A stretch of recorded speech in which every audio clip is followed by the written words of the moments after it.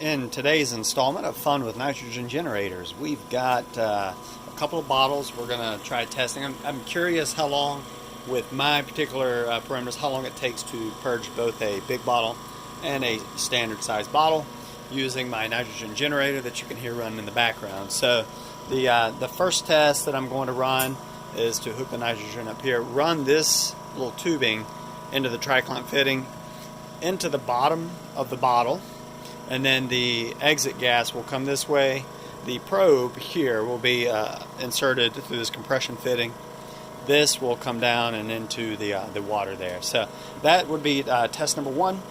Test number two is to simply shove this into the bottle, let it go to the bottom, and use the probe here, just insert it into the top to kind of sniff the headspace, if you will, as the vapor is exiting the bottle. I'll be curious to see how long that takes with my particular setup. It's a little bit different than most, as you know, because I'm not using CO2 bottles to do this. No, that's it. That's the introduction of today's experiment. Here are the results from purging the first, the big bottle, trying to balance all those tri-clamp fittings on the top of that bottle. It proved to be quite cumbersome, so I didn't hold it on there for very long. I just kind of got tired of that, and it bottomed out fairly quickly. But you'll see that within, let's just call it a little over a minute, it has kind of started to plateau down there. So this was the first run. Now, the second thing I'm going to show you here, this is doing the same thing, except taking all the tri-clamp fittings off and just running the hose down to the bottom of the bottle and sniffing the vapor as it exits. Now, you'll see a little bobble right there. The bottle had not quite come up to ambient atmospheric concentration, so it dipped a little bit when I put the probe down in there, but then it quickly descended because I started purging. And also you'll see here there's a little drop there.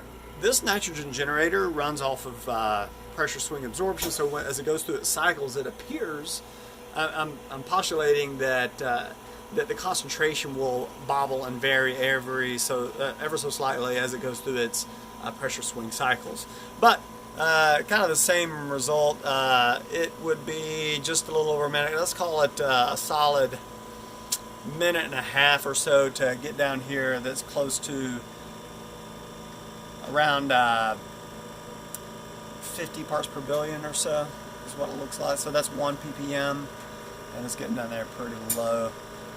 Yeah, so that's it for the big bottle, both for the tri-clamp and for the just sniffing the headspace. And here are the results from the small bottle purge. All I did was sniff the headspace on that one and didn't worry about the tri-clamp stuff because that was quite cumbersome. You can see at around 11:27 the purge was started.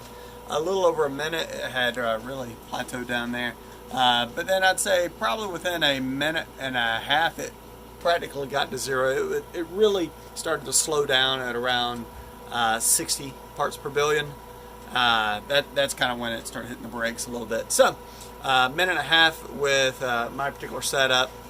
I feel like to get a good purge, I'll probably shoot for something just a skosh over a minute when I'm bottling.